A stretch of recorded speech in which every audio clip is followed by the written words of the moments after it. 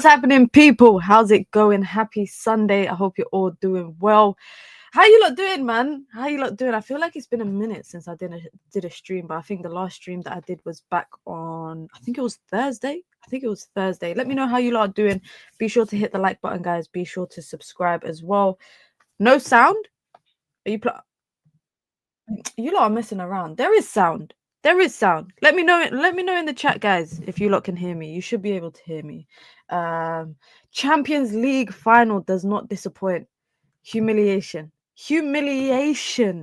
on the big stage for Inter Milan, and Judge Mo still running from yesterday. I was just watching his stream and he's telling Inter fans to jump on his channel and debate him, and he's gonna destroy him. His head is in hell. His head is in hell right now. He is hot. He is livid. But I don't blame Inter fans. Like, if honestly, guys, imagine that was your team that got destroyed like that in a Champions League final. I'm still not recovered from Man United versus Barcelona all those years ago, and that was even more. I wouldn't say it was an even playing ground, but that was a bit more of a slightly bit more balanced than what we saw yesterday. And what we saw yesterday was just pure football. And you know what, guys? I think I am leaning towards the idea that I don't want to see a back five at United. I don't want a back three, whatever it's called. I don't want it. I just want football. I think watching PSG and Barca this season has been a joy to watch in terms of the way that they play football. And people talk about the financial, leverage that PSG have. And it's true. They have a lot of financial leverage, but also they have a tactical genius in Luis Enrique, who tactically outclassed Inzaghi in every possible aspect. Like, yes, we could talk about the money aspect of it, but if we talk about the footballing side, they absolutely could not lay a glove on PSG yesterday. And Dembele, 10 out of 10 performance, and he didn't even score. In a world of football where everything is stats and it's like goals and assists. Yeah, he had I think he had 2 assists. But even aside from that, he didn't score, but he had a 10 out of 10 performance, 5-star performance for him. Signing Cavara in Jan was a masterstroke by PSG. That was, for me, the icing on, that was the final piece of the puzzle. That was the final piece of the puzzle for me with PSG. When they signed Kvaratskhelia, that's when I knew, they were serious about what they were trying to do. And let's be real, guys. PSG haven't been consistently amazing throughout the season. They've had their little hiccups, especially earlier in the season. But they've put together a great team. And this is, by the way, this is why I don't buy the stuff about Real Madrid and how Rodrigo, Mbappe and Vinny can't work. Because I'm watching Kvaratskhelia, Dembele and Desire Doué work. 3 players that want to have the ball all the time, but they're happy to play as a team. And that's what you need. I think, with the front threes across Europe that we have, PSG, Barca, Bayern, Real Madrid, I would say when it comes pound for pound, the most dynamic, the most balanced, PSG have the most balanced. Their midfield, best midfield. Vitinha, Fabian Ruiz, I think, goes under the radar a lot because Vitinha and João Neves will always steal the headlines. But even yesterday, their ability to press, let's talk about that actually. Their ability to press yesterday and the way that they did it from kickoff, guys. I don't know if you guys noticed there. From kickoff, they kicked the ball out so that they could press Inter straight away. Because when you're playing with a back 3 or a back 5 in the Inter case, I think when you're playing with that sort of compact backline, you don't really have a lot of ball progressors. And the ones that you do have, like Barella, press him and you kind of take him out of the game. And a lot of PSG's players are quick, they're fast, they're able to get from A to B quickly. So they're just pressing. Like what I saw yesterday, it wasn't luck. I feel like a lot of people talk about it like Inter were just poor. Inter were poor because PSG made them look poor. I think that's the biggest part. PSG made them look poor. United could have signed Kvaratskhelia in Jan from Garnacho to Napoli sale, but United fans forced club to keep Garnacho. My friend, we were never signing Kvaratskhelia. Yusuf, we were never signing Kvaratskhelia. Back in summer last year, PSG wanted him. They just couldn't agree a deal with Napoli. He was never coming to Manchester United. I think we need to let that go. PSG pressing was so impressive. When are we going to get a coach who can make us press like that? I'm so happy for Luis Enrique. Honestly, I'm really happy for Luis. I'm happy for a lot of the people there. the Qataris finally deliver. I think this is the silverware that they've been wanting. Nasser Al Khalifi finally delivers a Champions League trophy for them. And it's funny to think that they couldn't do it with Mbappe, Neymar, and Messi. And I'm happy for Luis Enrique because this is his second treble now. Well, he done a quadruple technically with PSG. But another manager that's won a Champions League with two different teams, right? Two different teams. And tactically, people act like Luis Enrique is inept. They act like, he is. I feel like when you are, managers like Inzaghi, managers like Pep, etc., it has to be football possession dominating kind of. Well, not Inzaghi because they actually don't dominate possession, but it has to be like you're dominating possession for people to think that you're a tactical genius, right? Or you're doing for like a man-to-man press. People, the way PSG played football, that third goal yesterday was just textbook football. The way that I think it's Vitinha gets out of his own third with the ball. When you've got a midfielder that can carry the ball like that, this is why I'm so big on Manchester United having ball carriers. Ange Postecoglou sacked? No way. Nah, you're taking the piss. You're taking the piss. He ain't been sacked. Why are you trolling, man?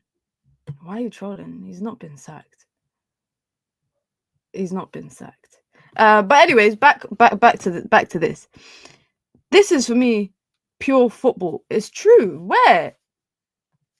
I ain't seen it. This is weak trolling, man. This is weak trolling.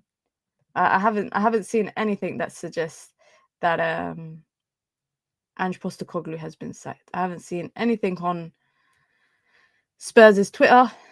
Football Insider. Well, bro, we don't follow Football Insider. Them man just be posting anything. I'll wait to see when it's on the news. When Qatar wanted to buy United, whole English mainstream media labelled PSG as a failed Qatar project. That failure looks so good now. And it's not just that, it's the whole sports washing thing. That's the first thing that I saw yesterday. I opened Twitter after the final. I saw an article from Miguel Delaney, I think his name is, talking about sports washing. That's the first thing that they're talking about, that, they've pumped money into it and they want to perceive Qatar as a better country, so they're sports washing. Qatar has never been perceived as a bad country. They so I don't know why they call it sports washing. Is it because it's Arab owners? Is that why? I don't get the concept of Qataris being accused of sports washing. Because if in the Middle East, if you're familiar with Middle East and just the Gulf politics in general, Qatar is in a different kind of, I think, realm than the UAE and Saudi. I mean, they had a whole political problem for years with Saudi, where they were exiled from the Middle East, etc., etc. So you know how English mainstream media is the same mainstream media, by the way, that pushed the idea that Jim Ratcliffe was the better option for Manchester United because he was a English white man and that he knew what it was to be British. The English media themselves were, I will say, xenophobic with the whole takeover reporting. There's multiple different outlets, multiple different journalists that I can name. Samuel Luckhurst, xenophobic. He was referring to thobes and the imamats that you wear on your head as a tea towel. British media is xenophobic. Sports media, the British sports media are xenophobic when it comes to, so I promise you, if a rich African man, and I'm sure there's lots of rich Africans, if a rich African decided to buy a football club today in the Premier League, they will do the same. They will do the same. You just don't follow British media. You know who I'm really happy for? Oh, how did I not bring up a picture of him?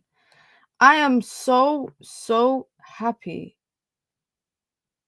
for Ousmane Dembele.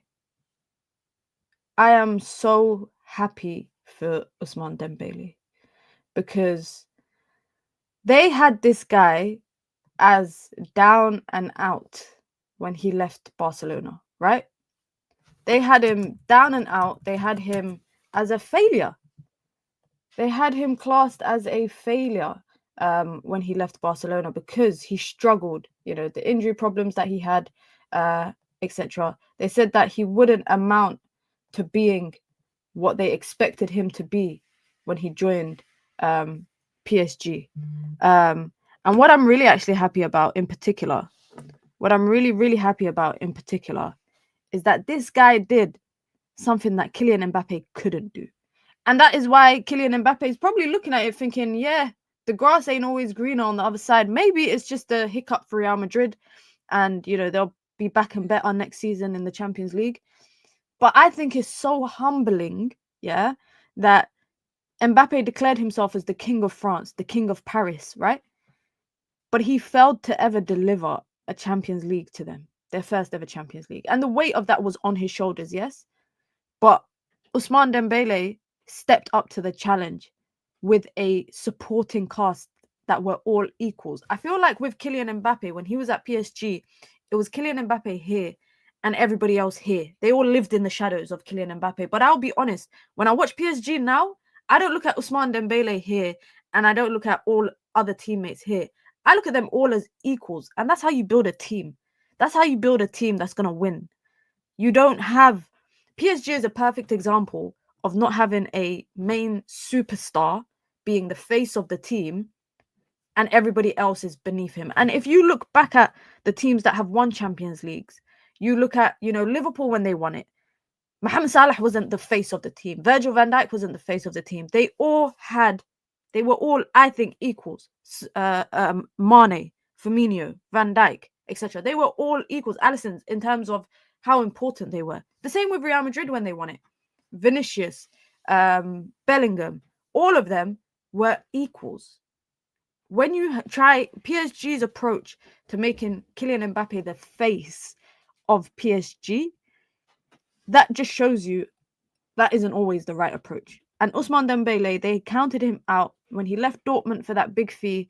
People said that he wouldn't amount to being the star that he should be. You know, they said that he was going to live in the shadows of the France national team of Kylian Mbappe, etc. But he showed that he's a flipping superstar. When you're talking about the best wingers, and it's crazy because he's not even playing as a winger. If you watched him yesterday, guys, you wouldn't know what his position was. Yes, he was starting as a false nine, which he has been playing under Luis Enrique, but he was everywhere. He was at wing back at one point. He was in central midfield. He was on left wing. He was everywhere. And I don't know if you guys feel the same. I don't know if you guys feel the same, but I think Ousmane Dembele is the clear front runner for me with the Ballon d'Or. I mean, firstly, the Ballon d'Or is French hosted, so surely, having seen him win it and win the quadruple, and win the Champions League, surely that will swing in his favor. But even so, I think it's deserved. I think the Ballon d'Or is deserved for Ousmane Dembele. Liverpool fans might not be happy about me saying that because Mohamed Salah throughout bits of the season was the front runner. I know Lamine Yamal's had a great season as well domestically with Barcelona, but I'm looking at everything as a whole, you know, and I'm not looking at this purely stats. But even if you look at the Champions League final, a game where he didn't score, but he was probably the best player on the pitch. Actually, there was multiple best players. There was multiple. Desire Doué, Vitinha was great. Kvaratskhelia was great. Dembele was great. But I'm happy for Dembele. And I don't know if you lot agree. And let me know your thoughts down below if you guys do agree whether or not Dembele deserves to win the Ballon d'Or. But I think he's the clear runner. I think he is the clear runner. I saw Doué and really don't want to let go of Garnacho. He can easily be our... Wesley, come on, man. Don't do that. Don't do that. You saw what... If you guys watched what Desiree's... I think his name is Desiree Doué, right? No, it's not Desire, it's Desiree. If you guys saw what Desiree Doué did yesterday, and you genuinely think Garnacho can do it like that, Doué does that consistently. By the way, have I got a picture of him? I think I do. I don't think people realize that this is his first season at PSG.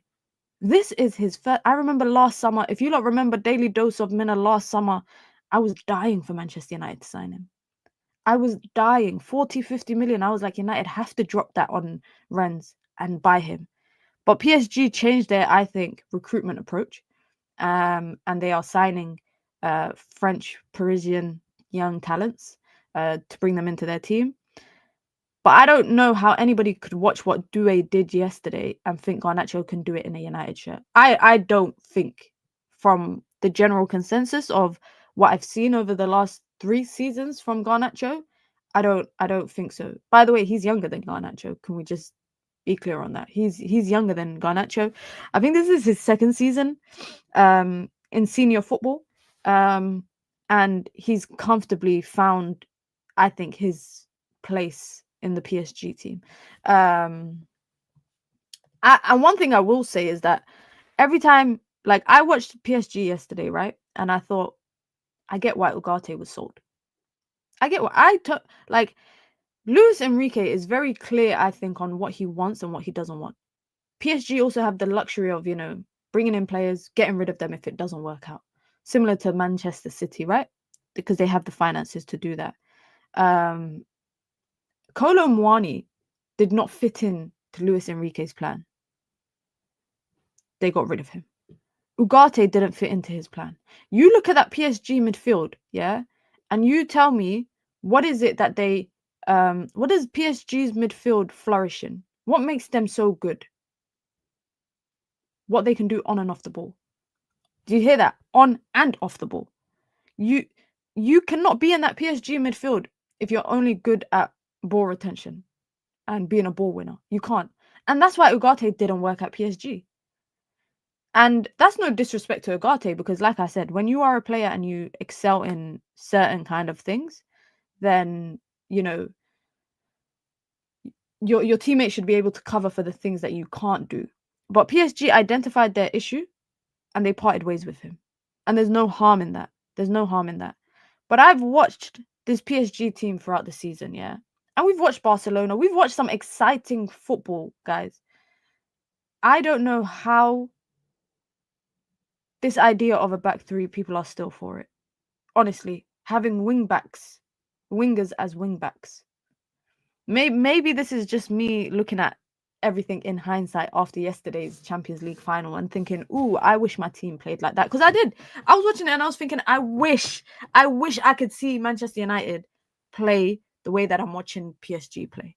I wish. But it's just wishful thinking at this point. Be sure to hit the like button, guys. Let's get into transfer talk. Be sure to hit the like button. Be sure to subscribe as well if you are new here. Big up to everyone that's new here, because we just hit 14.5K on Thursday or Friday, and then we hit 14,600. So we are edging ever so closer, about less than 400 away to 15K, which was the goal for the end of the summer transfer window. But we might be able to hit it beforehand. Let's start with this. Let's start with some positive news, guys. Let's start with some positive news. Mattheus Cunha pictured in Manchester on his way to Carrington to complete his medical and sign for Manchester United. I mean, it's nice. This is cool, but I need more. I need more. We can't clutch and hold on to the idea of Manchester United signing Mattheus Cunha. It's definitely a starting point. It's definitely a starting point, but we need more. And the only way that United probably get more in and quicker is probably selling people. We're still yet to hear about Bruno Fernandes's decision. We're going to talk about that. You got Garnacho's future, which is, I think, a guaranteed exit. Marcus Rashford, Jadon Sancho, Anthony, Casemiro reportedly as well has some interest approaching from him. So Manchester United could part ways with, I think, quite a few players soon. And it's very possible or hopeful that will fund Manchester United's rebuild. However, I'm saying this now, guys. I don't like this back three. I don't like this back three wingback stuff, sorry. Let's start with Casemiro. Besiktas are reportedly keen on signing Casemiro this summer. Ruben Amorim is open to the departure as he looks to bring in younger profiles in that midfield. I think it's not a summer transfer window if we don't see or hear anything about Casemiro leaving. I think every window now, not even just summer transfer window, but every transfer window so far, we've seen reports of this club is interested. Saudi were interested. Like, I think it was like 2 windows in a row we were hearing about a reunion for him with Cristiano Ronaldo at Al Nassr. If they're able to get a good fee for him, okay, cool. I'm here for it. And if they can't, okay, cool. In other words, you're Amorim out now. I never said I was Amorim out. I just said I don't like the idea of the football that is Amorim way of football. That doesn't mean I'm Amorim out. I just hope that he can shift and alternate in game. That doesn't make us look like we're playing a back five all the time. Chelsea are eyeing a move for Kobbie Mainoo this summer. This is just, again, speculation. I will be so honest, guys. I will not be surprised if Man United bite at the opportunity of selling Kobbie Mainoo. I know that there has been some delays in his new contract. There's a new contract reportedly. There's new contract talks with him. He's reportedly asking for a lot more, but I think this is typical kind of Manchester United right now under Ineos.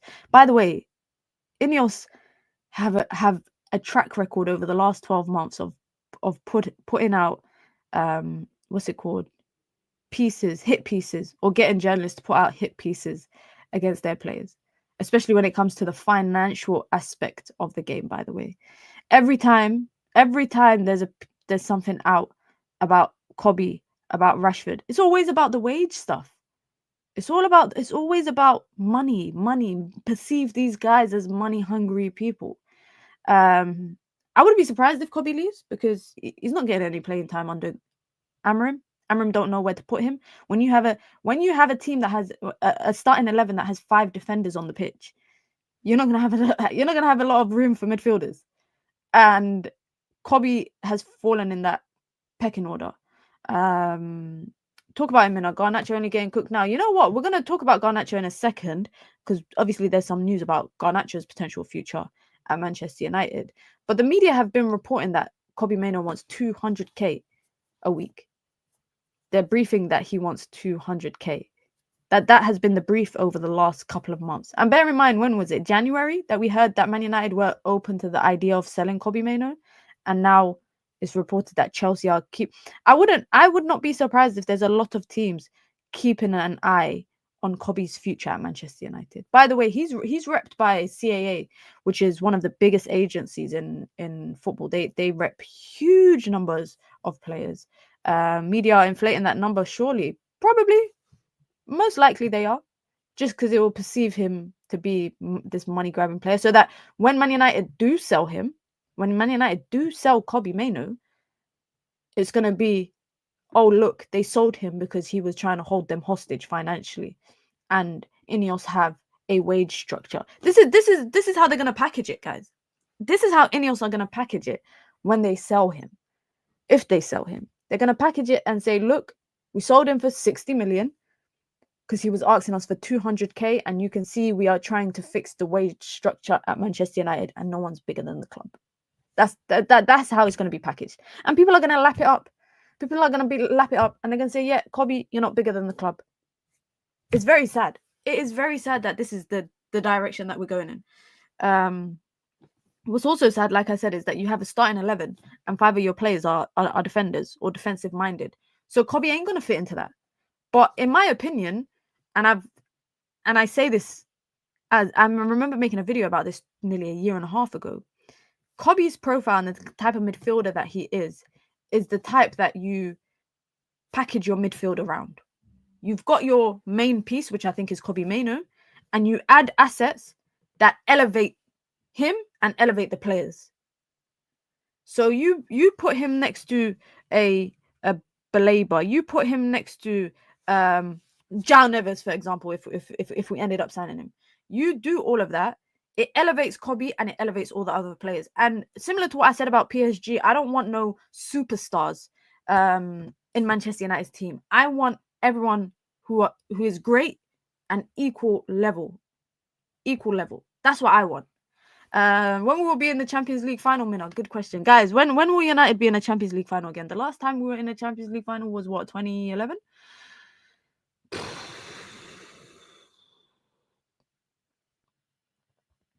Well, I don't know. I don't know. I can't tell you. I cannot tell you the next time we'll be in the Champions League final. When are we going to be in the Champions League again? When are we going to get to a quarter-final of a Champions League again? Forget final. Forget final. When are we going to get to a quarter-final? Because I'm thinking right now, okay, it's been 14 years since the last final that we were in. So surely 6 years from now, maybe like 2030. Maybe like 2030, because then that would be near enough to 20 years since the last time we were in a Champions League final, which is ridiculous. There's some teams that go to 5 Champions Leagues in like 16 years, and we haven't been to a Champions League in 14. Kaz wanted to redirect you, but your redirect setting is off. Oh shit, my bad. Thank you, Kaz. The reason why I have it off, I need to add him as someone that can redirect, because I don't want trolls or anything to redirect to my channel. Let me see. Cool. I'll add him now, so in the future, inshallah, he can redirect to my channel. Thank you for letting me know, RP. Let me see what you guys are saying. Don't worry, I turned it on now, so he can redirect to the channel. If it's from his channel, if it's from directly his channel. 10 years, 4 years. You think Manchester United will be back in the Champions League final in 4 years' time? D-Fly, let me know what you ate this morning. Whatever you ate this morning is yeah, you must have had crack. You must have had crack this morning for breakfast, bro.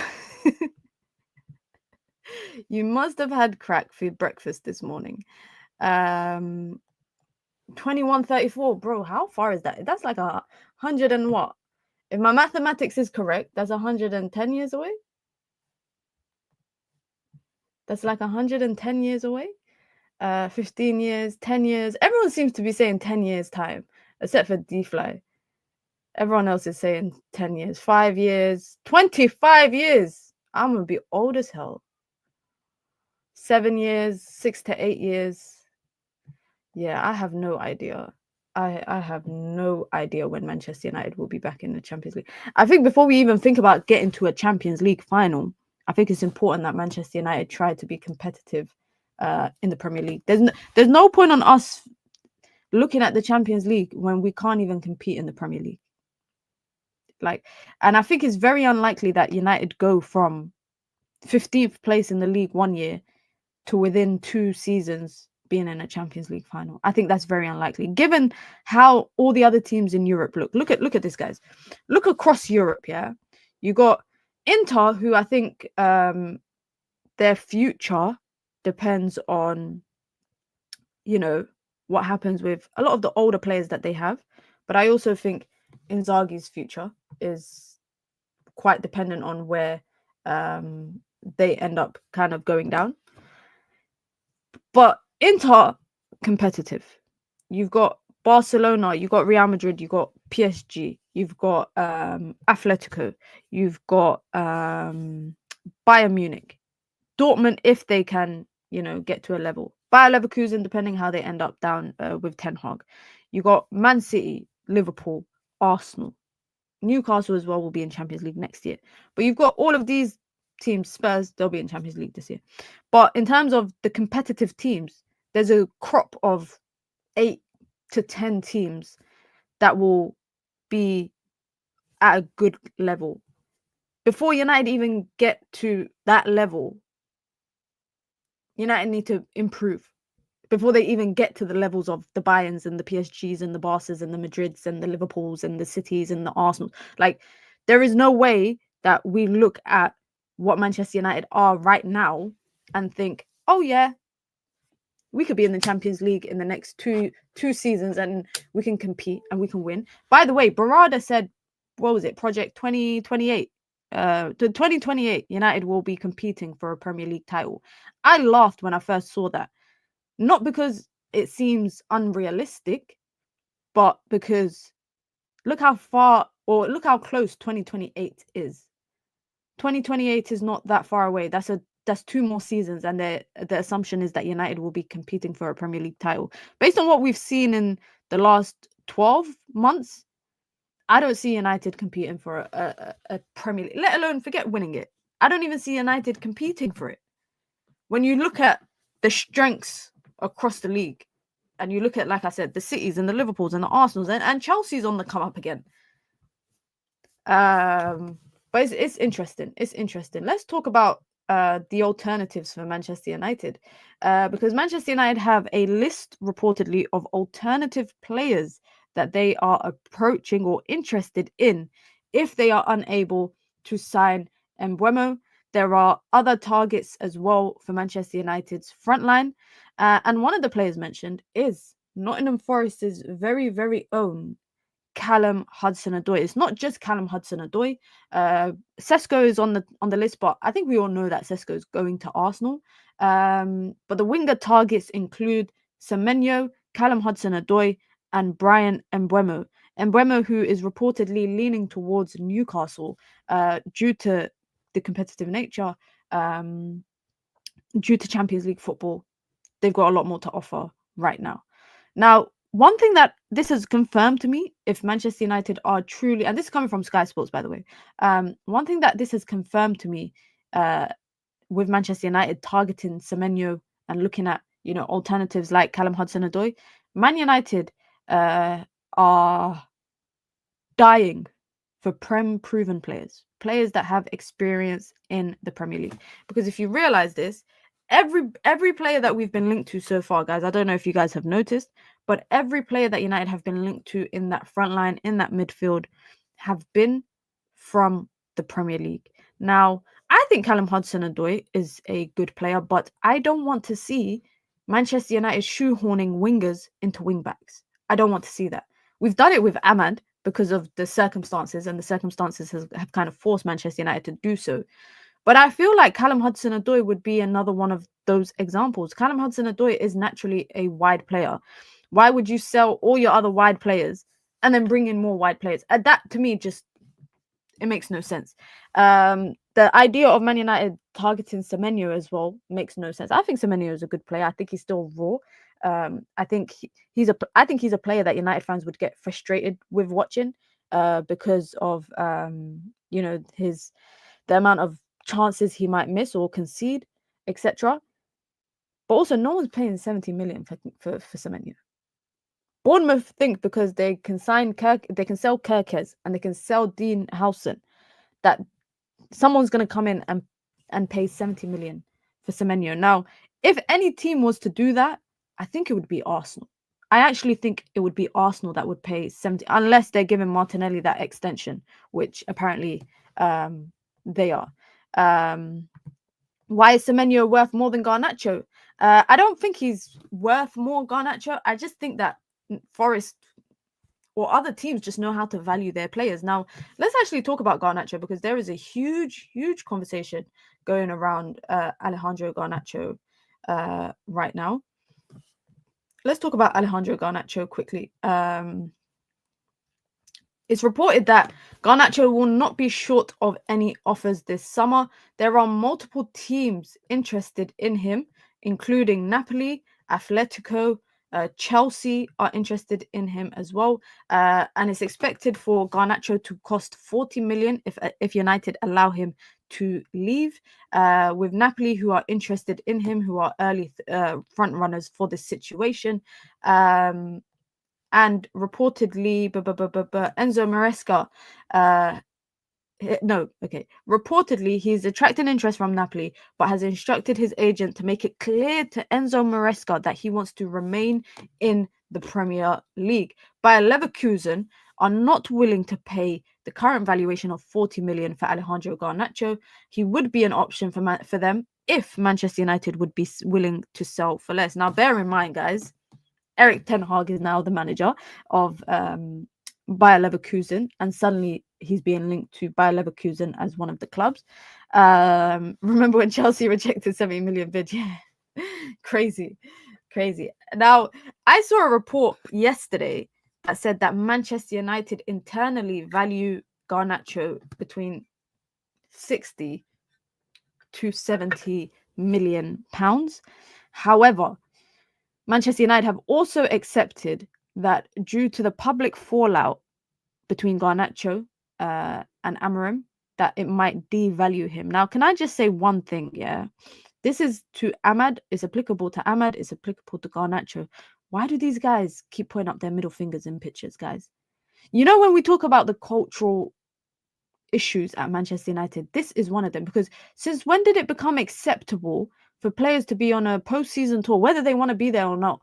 That's a completely different kind of conversation. And I understand after a whole season of 60 something games, the last thing you want to do is travel halfway across the world and play 2 games in a very humid country. But your club have signed you up for that. So you have an obligation, a contractual obligation. But why the hell is it? And people are laughing about it. I've seen people laughing about, you know, pictures and videos of Garnacho walking out of the stadium and, you know, he's walking past people that are recording and he just sticks his middle finger up at them. How is that funny? How is that funny? And how has that become normalized? I've seen 3 different pictures / videos of Garnacho doing it. I saw the one of Ahmad where he said that someone insulted his mum. And then somebody posted a video saying, here's the audio. Nobody said anything about your mom. Like, if I'm not gonna lie, guys, if I'm a football fan and I've spent so much, like they've spent money to go and watch them, at least act like you want to be there.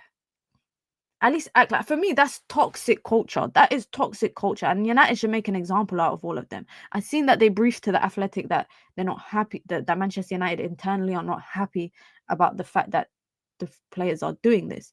But it's ridiculous. And shout out to people in Kuala Lumpur and Malaysia and Hong Kong, because you lot are a better person than me. If the player put up a middle finger at me, I'm jumping over the barrier. Like, because I just don't get how that's okay. And I don't know how people find it funny. I don't know how people find it funny. Like, fans are laughing about it, posting it, you know, aggregators are posting it, laughing. It's not funny to stick your middle finger up at fans who have waited probably many, many years to come and watch Manchester United, and they're watching them in a game that means absolutely nothing, but they're just happy to be there to watch their team off the back of a crap season. You're lucky that people even came to watch you guys. They should have just left the stadium empty so Manchester United make no money from it. And so that the fans feel, and so that the players feel like, oh, this was a wasted trip. They should have left the stadium empty, because to be greeted like that by players is ridiculous and it's childish. And people are going to say, yeah, oh, but they're kids, they're 20, 21. I knew better at that age than to stick up my middle finger at random people. I knew at the age of 7, 8 years old that I shouldn't be sticking up my middle finger up at people. So as a footballer, how do you think that's acceptable to do that to fans? I think that's to me toxic. And yeah, that's ridiculous. Beck said that players are disrespecting the club. 100%. 100%. They're disrespecting the clubs. They're disrespecting the fans. They're disrespecting themselves. I get it. You don't want to be there. It's off the back of a horrible season. But guess who played a part in that horrible season? You did. The season wasn't bad miraculously. You know, it didn't just fall from the sky that Man United were going to have a bad season. You were part of the poor season. You contributed to it. So you can be as mad and riled up about it as you want, but at least be respectful to fans. That's it. I understand if fans were hurling abuse at you and throwing shit at you and whatnot. But the fact that they're just standing there, like, I saw 2 different videos, by the way, of Garnacho. 2 different videos. One of him in the stadium and one of them signing shirts. And he refused to shake the guy. Someone went, I think it was Ugarte signed the shirt. Then Garnacho, he put it in front of Garnacho. Garnacho just signed it. Then he shook Ugarte's hand. And then he stuck out his hand to shake Garnacho's hand. And Garnacho just went like that. And the guy just, like, I don't know, some weird fist bump. I don't know what's happened to Garnacho in the last... What is this? Can we say I can't even say it's the last month of Garnacho, because we've seen these glimpses of, I would say, poor behavior for a professional footballer. We've seen those little glimpses. Erik ten Hag has punished him. Ruben Amorim has punished him for it. But now the level of what we're seeing, I'm better than the environment that I'm in. And that, to me, is scary. That is scary when a young player who has barely achieved nothing in his career, Maybe it's just an FA Cup and a Carabao Cup. I don't know if that puts you on your high horse. But a player that has barely achieved nothing, still very prematurely into his career, still very early on in his career, thinks that he's better than the environment that he is. Maybe he is, because the environment might not be a great environment. But there's a lot of players at Manchester United that you're probably not better than, number one. Number two, the ego, for me, I like egotistical players when they're good. Like when a player has an ego and they can back it up on the pitch. That's the best type of egos to have. But when you have an ego that is not warranted because your football's not doing the talking, your football's gone silent. Whilst your mouth is doing yappa yappa yappa, your football has gone silent and you're not backing up your words with your actions. For me, that is a poor mindset. And I'll be so honest, guys. If Man United is selling for 40 million, I think Man United could get more, but I think they should take it. I think they should take it. United need a cultural shift. And I promise you, and I hate to say this, if that was Marcus Rashford that did that, oh my God. If Marcus Rashford stuck up his middle finger at a fan, oh my God. I can't imagine. They would have hit pieces after hit pieces. It would probably be breaking news on BBC and Sky. Breaking news, Marcus Rashford flips off a fan. It would be the end of it. It would be the end of it. For me, no one's bigger than this club. Not Bruno Fernandes and definitely not Garnacho. And Bruno Fernandes has been a good professional. He's been a proper professional. But I'm sorry. I'm sick and tired of Garnacho getting away with everything that he does because people say he's a kid. If you are good enough and you've got the platform to play senior football, I don't care about how old you are. I don't care how old you are. You're an experienced professional. By the way, Garnacho does have more senior experience than the likes of Lenny Yoro, Aiden Heaven. He's got more senior experience than them. He's got more first team experience than Ahmad. He's not a senior player, quotation marks, but he isn't a junior either. And I just don't get, for me, it's undefendable what he is doing or has been doing. And if United get a fee for him of 40 million, maybe plus add-ons, they should look to part ways with him. Because Man United need a cultural change. And I think it's a red flag when a player has an ego so early in his career. Like Yamal has an ego, and Yamal talks smack in his post-match interviews when people talk smack about him in the pre-game interviews. But Garnacho could not lace Yamal's boots. And that's why I hate when, people look at other young players at teams and think, oh, if we supported our players, they'd be better than him. Desire Doué, Ethan Nwaneri, Yamal, etc. People act as if Man United fans supported Garnacho the way that rival fans support their young players, Garnacho would be better than all of them. The only thing that holds Garnacho back is himself. Like he put the manager on blast in a press conference. And not in a press conference, in a media interview after Man United just lost a final off the back of their worst ever season. And then they sang Viva Garnacho in the next game for him. He has the backing of the fans. And this is why I always say Man United fan base is interesting to me, because it's either no player is bigger than the manager until it's your favorite player. No, like people will always say no player is bigger than the manager until it's their favorite player. And suddenly that favorite player is better. 40 million is shambolic when we would have made at least 55 if Ruben didn't run his mouth. That's 30 million spending power we lost. That's Joan Garcia lost because of Ruben's mouth. I think Joan Garcia was going to Barcelona regardless. I mean, it was reported that he wanted to go to PSG.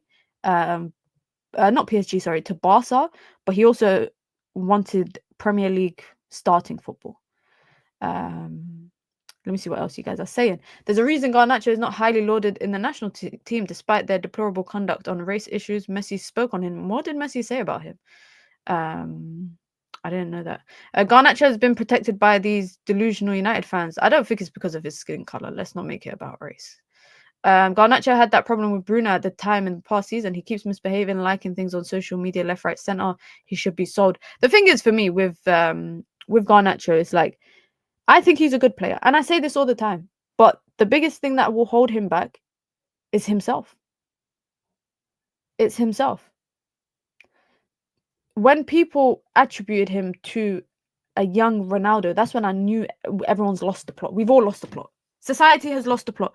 When people, and this is how also, guys, can I just say on Garnacho, because Garnacho was a young, exciting player in his first season with Ten Hag, coming off the bench against tired legs. I remember going to the FA Cup final when we lost against City, and he came off the bench. And everybody was on their feet every time he was on the ball because it felt like he was the player that could create something for Manchester United. But I knew that we had lost it as a fan base when people suggested that Garnacho was of the ilk and of the level of a baby Ronaldo at Manchester United. If you grew up watching Manchester United in the 2000s, because I did, and if you grew up watching Cristiano Ronaldo when he first came to Manchester United, because I did, you would know that this Garnacho or this young Garnacho over the last couple of seasons at Manchester United, he does not even lace one boot. He doesn't even lace one boot of that Cristiano Ronaldo. And that was a raw Cristiano Ronaldo. That was a young, raw Cristiano Ronaldo. Garnacho could never be him, even if he wanted. I don't think we'll ever see, by the way, a young player like that again. Similar to like, Messi when he was younger. And what Yamal's doing right now is anomaly. Like he's one of one. He's one of one right now. But when people were comparing Garnacho to Ronaldo and saying that he deserves the number 7 because he idolizes Cristiano Ronaldo, absolutely no way. That's when I knew that we lost it as a fan base. That's when I knew that we lost it as a fan base. You're funny. Let's not make it about race when it's always about race, but I understand you. The reason why I said let's not make it about race is because I just want to speak of it from like a footballing perspective. Yes, there's aspects of race in it. I can't say, when I say let's not make it about race, you guys know what I mean. I mean, let's talk about the football kind of part of it. But I'll never shy away from race conversations because I am someone who's impacted by race.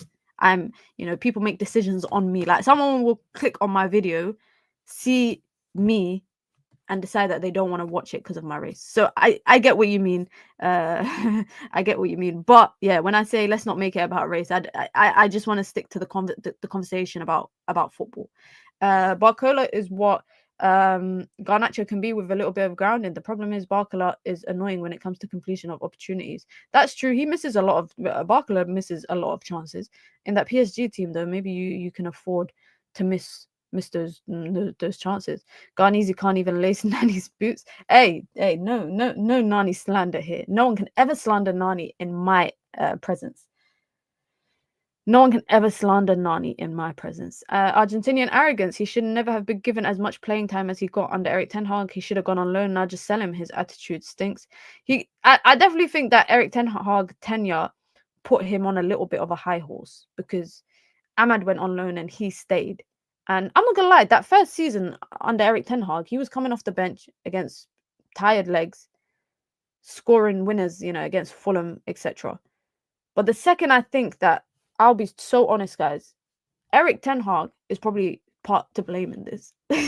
I will never Erik Ten Hag is part to blame in this. And the reason why I say that is because Erik Ten Hag watched Marcus Rashford have a 30+ GA season and changed his role in the team so that Garnacho could be the starting left winger. Remember, he started playing Rashford at right wing and then started benching him, etc. That gave Garnacho the, I think, mindset to believe that he's now the star. Because maybe it's the way that United handled his integration into the first team. He went from being a bench option to being a star. He's already got to have over 100 Premier League appearances already for your club is ridiculous. It's ridiculous. But I do agree with someone who in the chat who made a comment about Ruben Amorim and what he's said in the media. Ruben Amorim's comments about Garnacho and Garnacho's comments about basically after the Europa League final, I think will have a huge hindrance on what Manchester United can sell him for. And it's sad, but it's the truth, right? It's sad reality, but it's the truth. Manchester United maybe had both of them kept quiet, maybe United could have got the 60, 70 million valuation. When I'm seeing Semenyo being priced at 70 million, then maybe a player who has over 140 appearances, multiple trophies. Let's be honest though, when people say that he's like a national team player as well, does he even start for Argentina? And that's a genuine question, guys, because I don't keep up with international football that much, except for when it's like major competitions. Does he actually play in the Copa America, etc.? Does he actually start for Argentina?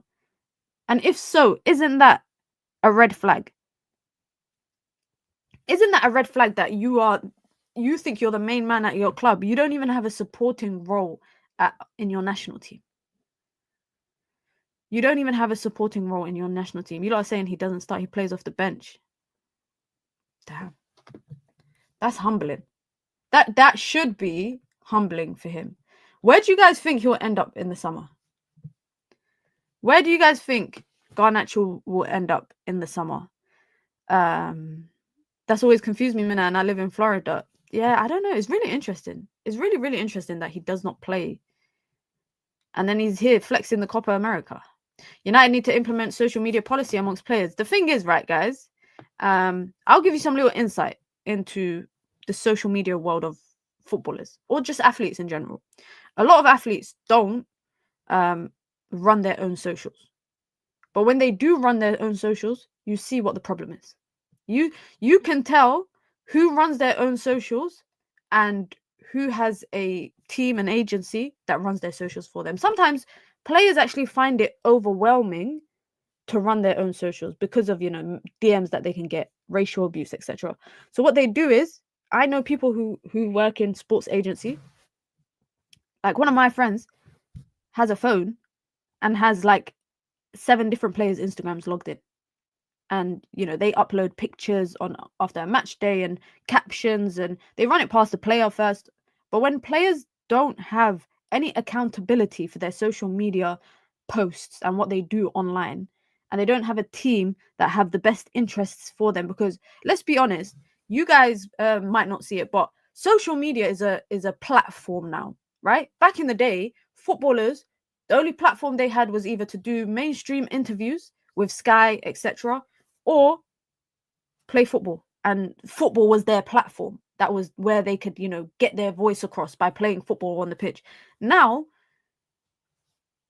fans can interact with players because of social media.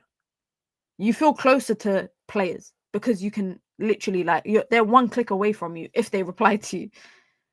And some players like that, some players don't. Unfortunately. Some players like it, some players don't. You guys are mentioning mad names. These are some mad teams you guys are suggesting. Napoli, test your ego against the influence of Maradona. You can't do that in Naples. Napoli, if Garnacho went to Napoli, and he doesn't perform, I feel sorry for him.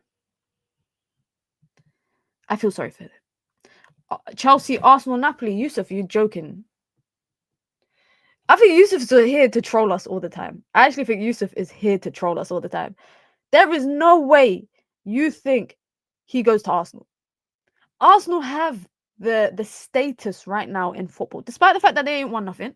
They've got the status right now to go out and buy a left winger like Rafael Leao, Rodrigo if they wanted to, Nico Williams if they wanted to, Semenyo if they wanted to.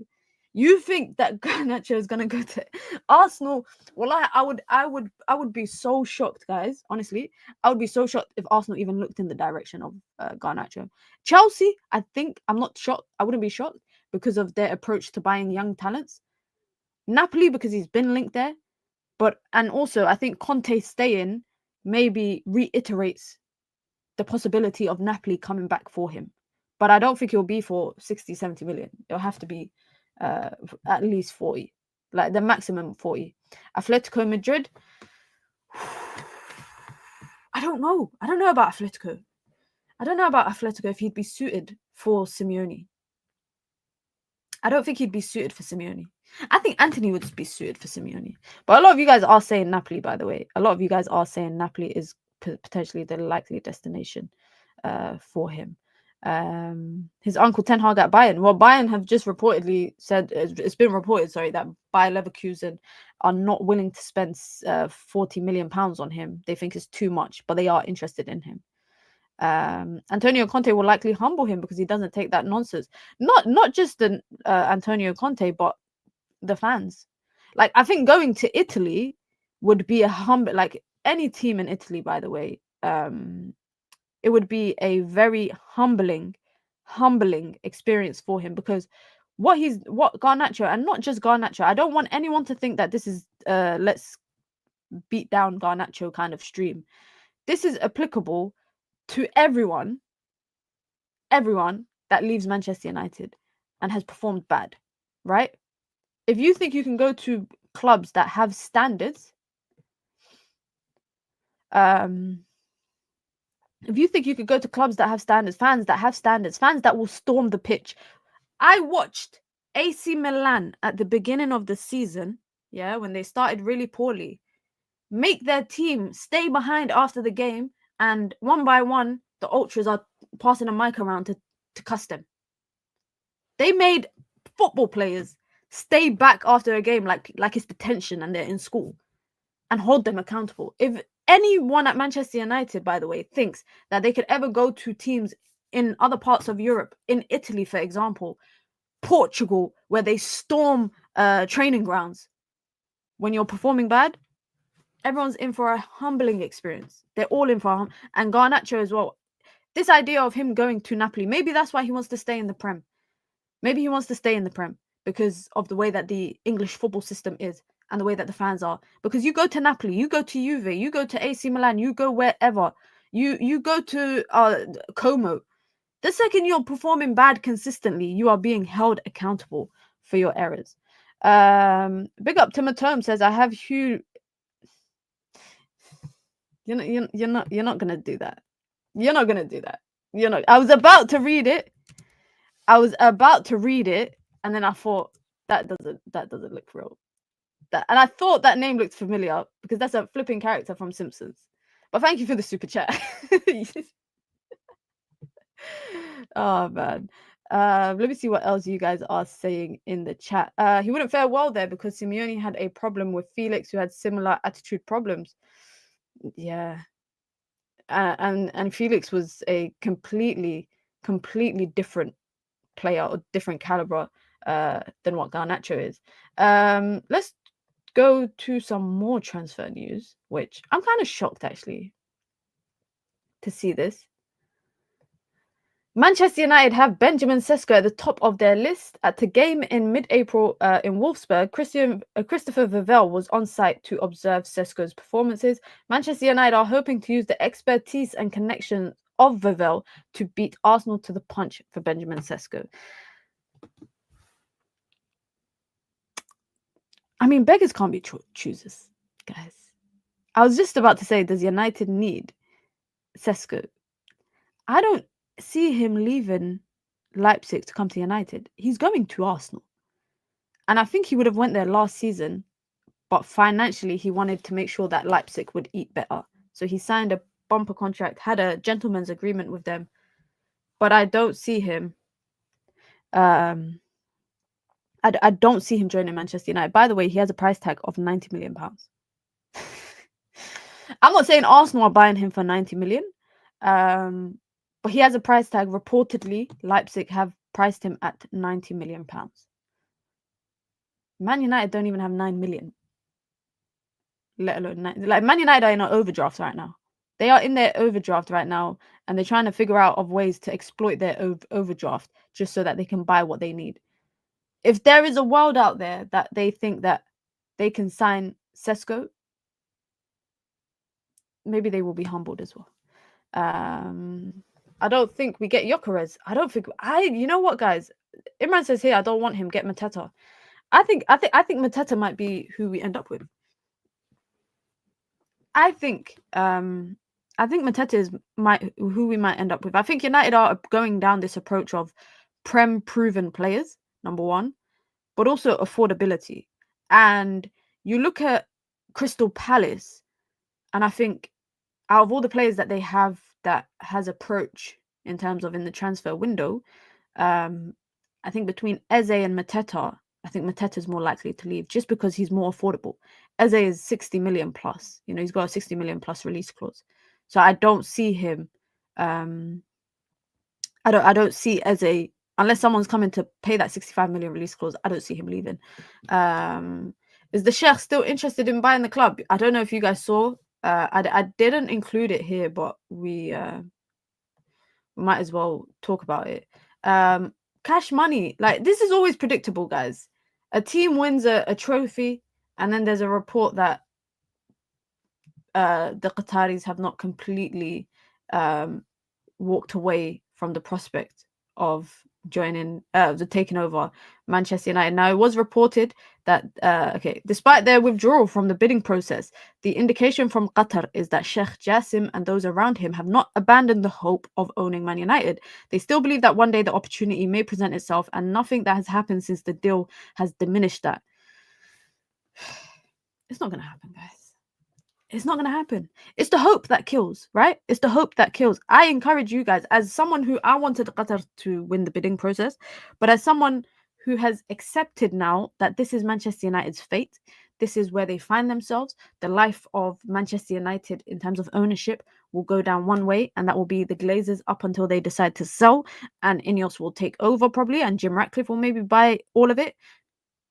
I don't see Qatar buying Manchester United.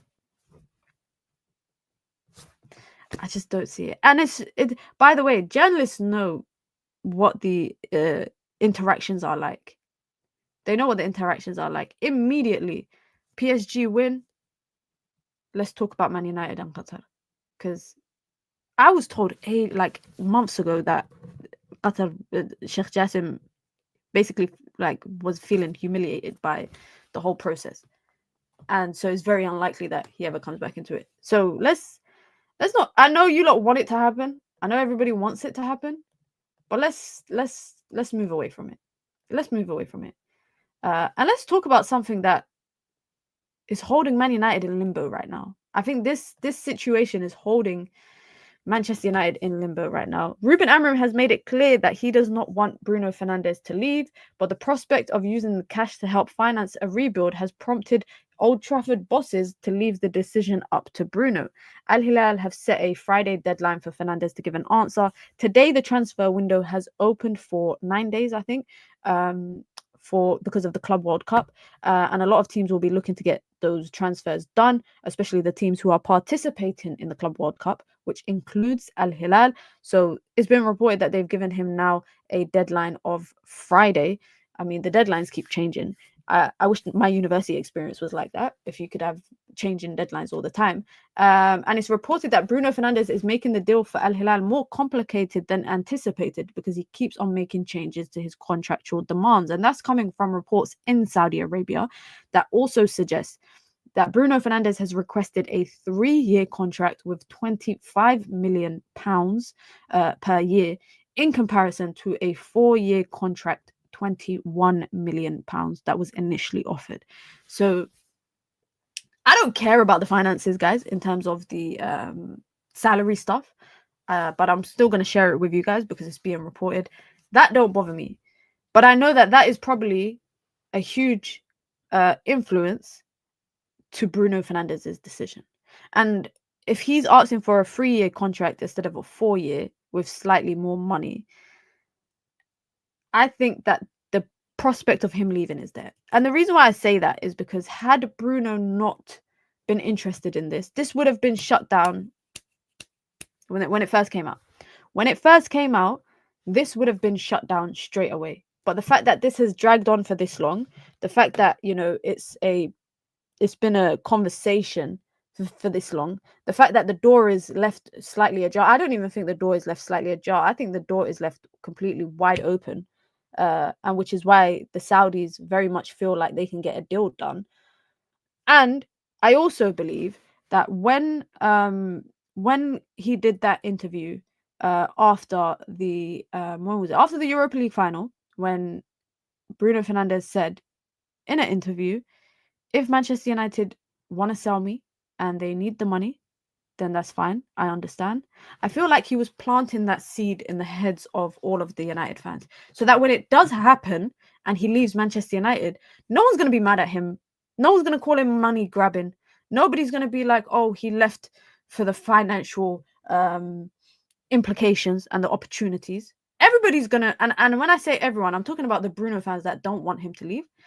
Everybody's going to look at Manchester United and be like, you did this. Because he's already planted that seed. So it is in his best interest maybe to leave Manchester United financially. But maybe he doesn't want to leave. And he's realized, you know what? Football is a game of clubs being selfish and players being selfish. So maybe it's time for me to be selfish myself. Now, it's been reported that Al Hilal are ready to make a 80 million opening offer for him, but are also open to Manchester United's financial demands. Now, I said this a couple of days ago. I said, I think 80 million is really, really low. I think 80 million is really, really low for a player like Bruno's caliber. However, I also think context is important. And I think we have to take into consideration, number one, Saudi do not pay significant transfer fees for players historically over the last couple of windows. Neymar was the most expensive, who was 90 million euros, followed by John Duran, etc. And after that, it's pretty much always in the 40 million region. So I still think 80 million is quite cheap for Bruno Fernandes. But I also take into consideration what Saudi pay, number one. Number two, I take into consideration his age. Number three, I take into consideration Manchester United's situation. 80 million would allow Manchester United to buy 4 new players this summer transfer window, or 3 or 4 new transfer players in the window. And you're probably thinking how? Because United ain't going to go out and buy players for 20 million. No, but having 80 million in cash in your accounting books will allow you to buy players, and when you amortize their transfer fee across those number of years of the contractual obligation, it will offset against that cash at hand that you have. So in hindsight, 80 million will go a long way for Manchester United in this window. If it's true and Al Hilal are open to, listening to a price tag, I think Manchester United should go as high as possible and just basically just negotiate from there. Start off at 140, 130, and just work your way down. Big up to Duncan with the super chat. Thank you, Duncan. I appreciate it. It says, I'd go for Dybala. Plays Cam and FW. Similar skills to Bruno. 10 million release clause, but importantly is a no-nonsense World Cup winning Argentinian. Perfectly suited to big brother Garnacho and knock in sense. Isn't Dybala like 30-something? Dybala is always, for me, he's always going to be one of those what-if players. I think he's at Roma right now. I think Dybala isn't he like 31 or 32? Correct me if I'm wrong. I like Dybala when he was younger. But for me, yeah, Dybala is always one of them players that I'm just like, he should have been at a big club. But unfortunately, he never was. 31 but looks 19. I never want to get into negotiations with Mina 104, start high. Like, that's my point, is start high and see if they will accept that because they're so desperate to sign him, or they say, you know what, 140, no. But maybe we can go to like 120. Like, do you get it? Like, start as high as possible and then work your way down. He was at the biggest club in Italy for years. Yeah, I'm being a prem-tard, as people like to say. I'm talking about joining Prem or La Liga, etc., etc. We're gonna keep an eye on, by the way, this whole Bruno Fernandes talk, because, like I said, I think United's incomings might start effectively once we know where the future of Bruno Fernandes is. And the longer this plays out, can I just say, the longer this plays out, the more and more likely that I feel that Bruno Fernandes is leaving. Because I don't think you can come, like, he can come back from this if he stays. But the fact that this has played out for so long, and at no point has he publicly said he wants to stay. He has not said he wants to stay. He just said, I understand if they choose to sell me. The only person who has publicly said, I want him to stay is Ruben Amorim. And it's been reported as well, by the way, that he does not, Bruno Fernandes has not been happy with Ineos. They have not been, and he's not been happy with the way that Manchester United has been the last 12 months. And he also felt deceived based on what Ineos said to him last summer when he signed his improved contract and what has transpired with Manchester United for the last 12 months. So I actually also believe that if Bruno Fernandes leaves, and it's on his terms, let's be honest, it's on his terms, I also think it looks bad on Ineos. I don't know if you guys agree, but I believe it looks bad on Ineos because your captain does not believe in the project that you're building. He didn't fall out with the manager. He wasn't pushed out. He chose to leave on his terms, and hell, those are some very nice financial terms, but still, he chose to leave on his terms. And it's been reported that he's not been happy with the way that Manchester United has been run the last 12 months because he didn't want to leave last summer. The biggest service Bruno could do for Man United is take the move. I agree. I agree. I don't want him to leave, but I know that you have to strip everything down. Same with Rashford, same with Sancho, same with Anthony, same with Garnacho. You have to strip everything down and start over again. My only worry is that it's like we have a house right now, guys. Yeah, you have a house, and there's leaks. There's leaks in the house. You know, the windows are not proper. They're not double glazed. You know, so there's wind coming through. So we're like, okay, let's strip the house down and rebuild it.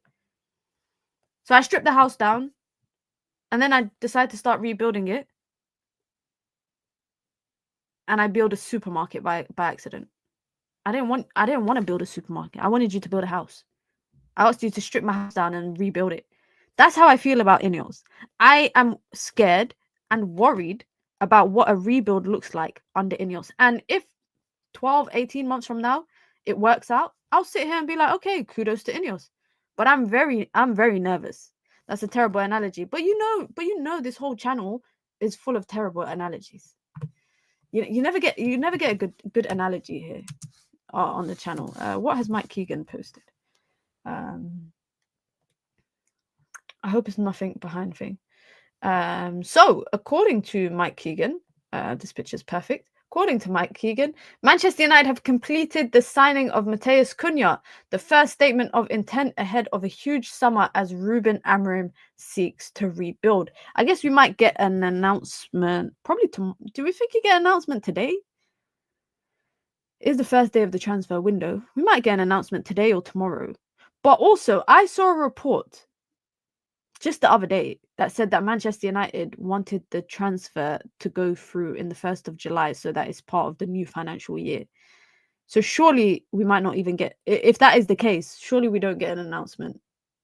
Or we get an announcement saying that he's joining on the 1st of July, not on the 1st of June. Interesting. So that is Ruben Amorim's first signing or second signing of his tenure, but his first of the summer. Mattheus Cunha for 62 million. Did we just spend our whole budget in one window, guys? I'm worried. Ineos is like a substitute teacher trying to help you just before your exams. That's a good way to put it. That's a good way to put it. Be sure to hit the like button, guys. Be sure to subscribe as well. Let's try and get 150 likes. We are really not that far away from it. And obviously, if there is any news between now and if there's any news between now and the rest of the day, any breaking news about Bruno Fernandes' situation, Garnacho, etc., I'll be live here with the daily dose of Minna. It won't be a daily dose, it'll be a double dose, but still, Manchester City guys are doing bits because Man City, it's just been reported now by Fabrizio Romano that Manchester City are confident in securing a deal to sign Ryan Cherki. The price tag is 30 million euros. Deal is expected to advance next week. All my favorite players, guys, are going to rival teams. All my favorite players are going to rival teams. Florian Wirtz, Reinders, Ryan Cherki. This sucks. This sucks. Meanwhile, we're here shopping for Callum Hudson-Odoi and Tyler Dibling, who apparently I didn't mention, but Tyler Dibling's price tag is around 40 to 50 million. It's not the 100 million that we thought it was earlier in the season. It's been reported that's 40 to 50 million. Wait till they get to your prospects list, man. We'll be cooked. We'll be finished, man. We'll be finished. Honestly, guys, Rodri and Reinders as a double pivot, and I gotta watch Ugarte kicking people in the shin. Life's not fair. Life is not fair sometimes. Like, is it wrong of me to say it like that? Is it wrong of me to look at it like that when I say that? Because I think I look at all these teams and what they have or what they're buying, and I just think, why United can't do none of that? We can't do any of that. It's very unfortunate. And when you have players that you like and you see them joining rival teams, it's the worst feeling. City, Liverpool, Arsenal, 1, 2, 3 next season. So start figuring out who's getting 4 and below next season. Yusuf is a troll, guys. I don't think Yusuf's a real person. I think Yusuf's trolling us every day on the streams. I think he's trolling us every single day. That double pivot just gives all their attacking talent license to ball out. And Reinders is a beast going forward. He's so good going forward. And then you got Ryan Cherki, Omar Marmoush, Haaland. That's a rebuild. Obviously, they got lots of money, by the way. City have a lot of money at their disposal. Yeah? Because they've been undergoing this rebuild, over the last season. And they've gone out and brought Kusanov. They've gone out and brought Omar Marmoush. They're buying Ryan Cherki, Reinders. And we're here twiddling our fingers trying to think, okay, who are we going to sell so that we can buy people? It's the worst. How come all the big teams are broke now? Juve, Barca, Real, United. I don't think Real are broke. Real just brought Dean Howson. They just brought Trent. They are set to buy Alvaro Fernandez. That's 2 players that I've named that both have release clauses of 50 million euros that they're paying, that they're triggering. Real Madrid are not broke. Barcelona have just been run poor financially. Their previous president just ran them into the ground, but they're finding their way around it. Barcelona are like Real Madrid. They're the faces of La Liga. La Liga will never let Barcelona go into financial disruption to a point where they're battling relegation. It will never happen. Juve has never been a team that I think spends extravagantly. United are being punished for their past financially. And also, I think when Jim Ratcliffe came in and said that in the interview, when he said that United would run out of cash by December 2024, I think that was a feeler statement where he was putting that out so that come summer window, they can negotiate more easier. And also, there's probably some truth to it. And also, it helped to justify all their redundancies that they were doing. I don't agree with it, but it helped to justify why they were doing all of those redundancies. Manchester United are just, I don't know. I don't know if you guys are optimistic about the future of Manchester United, but I'm not so optimistic. And maybe it's because I'm very 50-50. I'm on the fence about this rebuild, right? Because every time Man United, we talk about the rebuild, people talk about the open heart surgery that Rangnick spoke about. Rangnick said that United needed open heart surgery. United did an open heart surgery, but it was a very bad one. It was a blotched open heart surgery. So now we need to fix that. And if we fix that open heart surgery, that's going to take another couple of years. And that's why I'm on the fence a little bit about this season in terms of, or this summer window about Man United's rebuild. Because yes, United have the prospect to rebuild, but can they do it? That's the question. Can they sell a number of players and reinvest that properly? I don't know. I really don't know. I trust Vivell because Vivell has a proven track record of players. Vivell has a proven track record of players, but I just don't trust Manchester United as a whole. I have no optimism as long as the Glazers are still here. I hear it, bro. I totally hear it. Did yesterday's game show that you can't win without money? The Inter squad was all low buys. I don't think it had anything to do with money with that game. Well, yes, well, actually, it did have to do with money because PSG have these financial, what's it called, banks that they can just dip into whenever they want. But Inter had a good crop of players that could go toe to toe with Barcelona, Bayern Munich, etc. They were an aging team. The average age, I think, was like 29 or something. If we look at the, please, let's look at the ages of the Inter Milan players that played yesterday. Most of them are in their 30s. Majority of them are all in their 30s. It wasn't solely to do with money. Look at this. Jan Sommer, 36. Bastoni, 26. Pavard, I don't know how he started over Bisek, but Pavard, 29. De Vrij, Acerbi, DeMarco. That's now what? 3 players so far that are in their 20s. Denzel Dumfries approaching 30. Darmian, 35. Çalhanoğlu, 31. Barella, 28. Zielinski, 31. Mkhitaryan, 36. Lautaro and Thuram, decent ages of 27 for strikers. But in terms of their average age, PSG was completely different. We need to go and get Bastoni. If United could do that. But I don't think United can. I feel like Bastoni would be the perfect left-sided centre-back signing for Manchester United. Perfect. And then Aiden Heaven can be number 2. Lenny Yoro, right-sided centre-back. Manchester United, have they just... It's the hope that this is how Manchester United pull us back in. This is how Manchester United pull us back in. Let's watch this. Oh, I'm not even sharing my screen. This is how Manchester United pull us back in.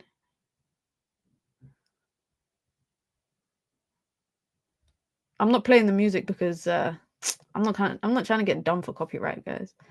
I'm not trying to get done for copyright. So there we have it. Manchester United have just announced the first signing. And I was just saying now, they're going to announce it now or they're going to announce it tomorrow. This is how they pull you back in. But this ain't enough. And I'm not going to celebrate. I'll be like, yeah, thank you. Welcome to Manchester United, Mattheus Cunha. But let's be patient and see what the rest of the window has to offer for us. By the way, guys, when was the last time Man United signed someone in June? When was the last time we've genuinely signed someone in June? Low budget announcement. What are you saying? Jim Ratcliffe sacked half the media team. So they probably did they make AI make this? Not gonna lie, it's a dead announcement.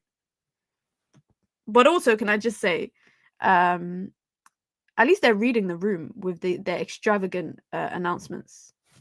At least they're reading the room. Before, United used to do the most with their announcements. I'm not excited. We need more. I'm not pulled back in unless I see 5 to 7 sells and 4 to 5 signings. 4 to 5, bro. I think we need like 6 starters. I feel like we need 6 starters. I think it's a good time to raid Inter. They are likely starting to rebuild. Inzaghi leaving likely. Yeah, I think Inzaghi will leave. And it would be a good time. I feel like Barella would be a great midfielder, guys. I like Barella. He's one of my... I'll put him top 5 in Europe. I'll put him top 5. Vitinha, Pedri. Yeah, I'll put Barella top 5 in Europe. Reinders I put up there. Yeah. I put Barella top 5 midfielders in Europe. I would love if United sign him. Barella is the alternative, by the way, for Saudi if they do not sign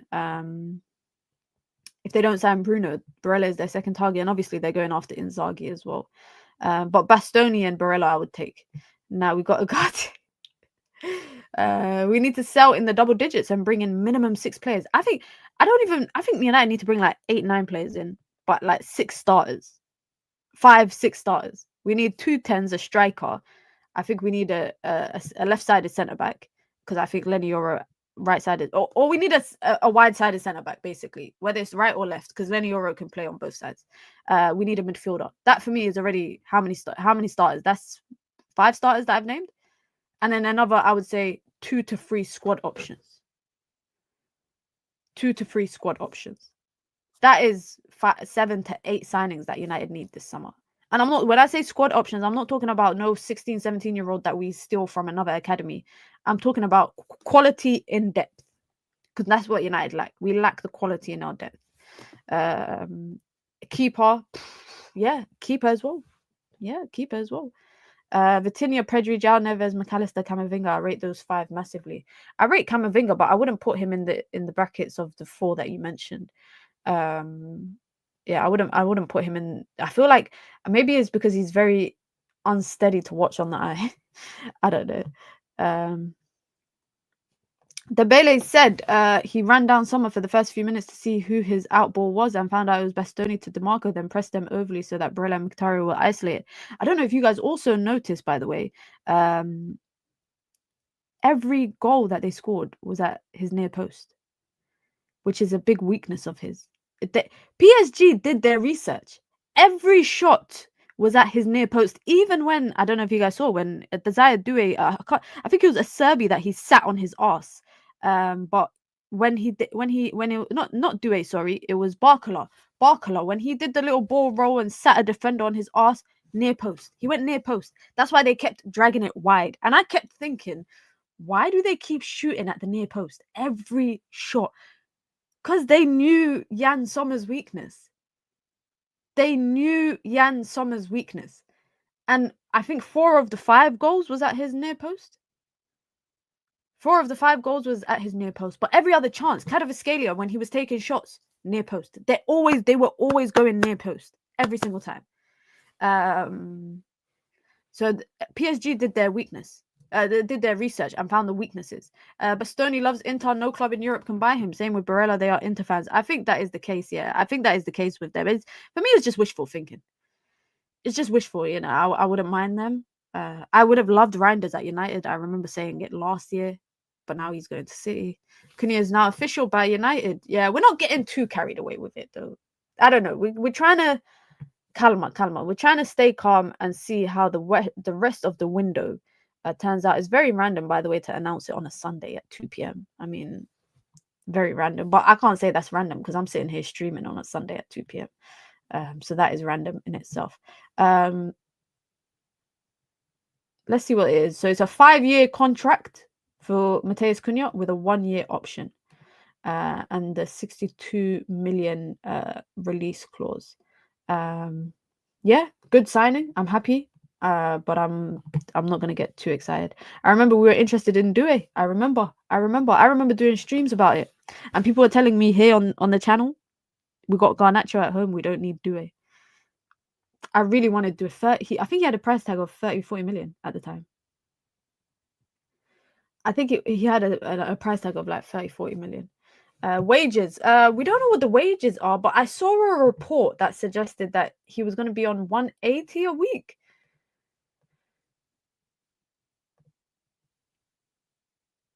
Okay, so Laurie Whitwell has just said that the visa and registration for Cunha will be completed once he returns from international duty to officially complete the transfer. So I don't know then. What the hell does that mean?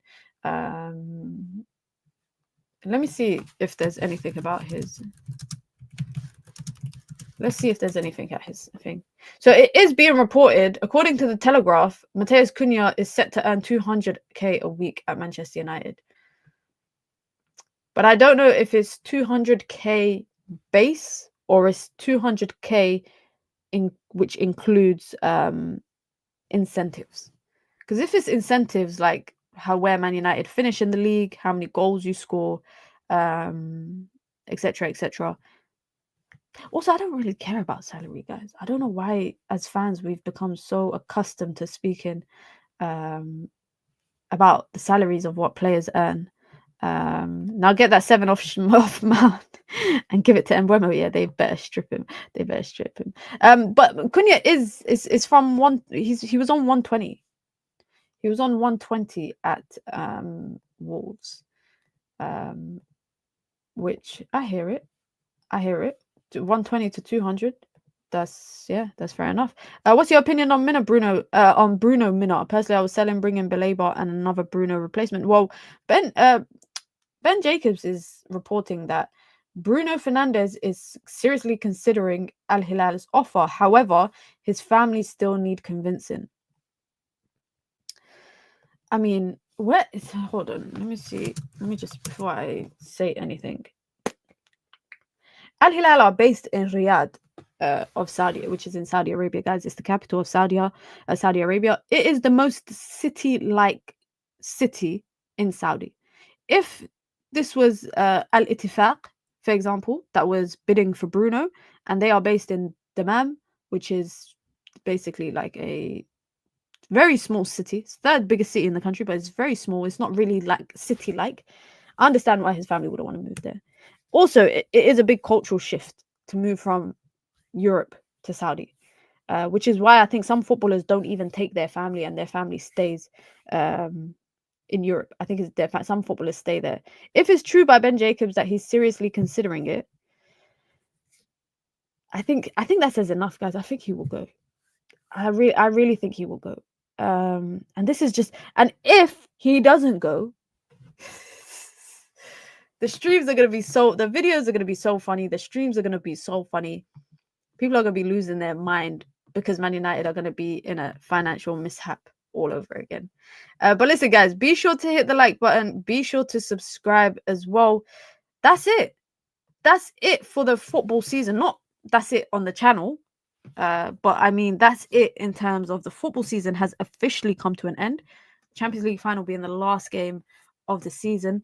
Big up to everybody that's joined the channel across the season. If you lot have noticed, there is a little bit of a different approach here on the channel. Daily Man United streams, regular Man United videos, but we are also doing here on the channel other clubs throughout the transfer window, just analyzing, because I follow football, guys. I don't follow just Man United, and I watch a lot of football, so I thought it gives me more stuff to talk about. It's not a rebrand at all. We're just, talking more. So if you guys do see me posting videos about other Premier League teams or, French teams or La Liga teams or Serie A teams, etc., don't be shocked, is what I'm saying. Because sometimes some people are saying, so I've seen some people commenting saying that I should focus on building just a Man United platform. But I'm a huge Man United fan. But also when I go on Sky, when I go on other platforms, I talk about other teams. So if you lot have noticed over the last week, we've been posting across the transfer window just because I think it's also nice for us to keep up with what other teams are doing, because it makes us realize that our club ain't doing much. But yeah, no, sorry. Yeah, no. I'm not going anywhere. I mean, that's it, as in that's the end of the football season. But it's not the end of the channel, guys. Come on. I spent a lot of time building the channel. It's not the end of the channel. Big up to everyone, because we're on 14.6k, which is crazy because we only hit 14k this time last week. So I really appreciate it. It's the road to 20k by the end of the calendar year. The road to 16, 17k throughout the transfer window. That is the goal. We have daily streams here in terms of transfer stuff for Man United, and then we'll have videos dropping for different clubs.